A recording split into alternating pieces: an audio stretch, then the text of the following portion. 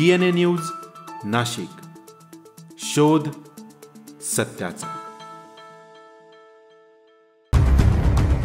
एकीकडे केंद्र आणि राज्य शासनाकडून स्वच्छ भारतचा नारा देत विविध उपक्रम राबवले जातात, मात्र दुसरीकडे नाशिकच्या मध्यवर्ती ठिकाणी असलेल्या पंचवटी कारंजा बस स्थानक आवारात मात्र मोठ्या प्रमाणावर अस्वच्छता बघायला मिळते। या ठिकाणी मद्यपी येऊन मद्यप्राशन करत असतात, तर मोठ्या प्रमाणावर घाण आणि कचरा या ठिकाणी टाकला जात असल्यानं प्रवासी देखील या बस स्थानकाकडे फिरकत नसल्याचं चित्र आहे।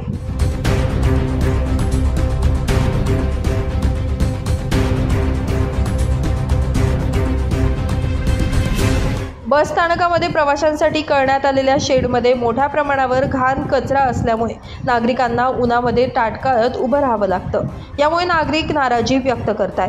एकीकडे देशात आणि राज्यात सत्ता असलेल्या भाजपकडून मोठ्या प्रमाणावर स्वच्छतेचा नारा दिला जातो, मात्र दुसरीकडे या ठिकाणाहून हाकेच्या अंतरावर असलेल्या भाजपच्या माजी आमदारांचं कार्यालय आहे। त्या ठिकाणी दररोजच आजी माजी पदाधिकारी नगरसेवक यांची गर्दी बघायला मिळते, मात्र यातल्या कुणाचंही या बस स्थानकाच्या दयनीय अवस्थेकडे लक्ष जात नसल्याची शोकांतिका आहे।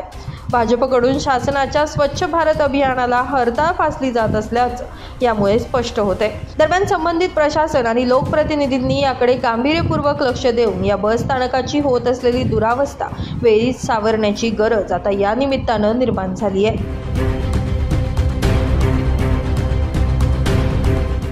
Bureau report, DNA Nashik news, Nashik.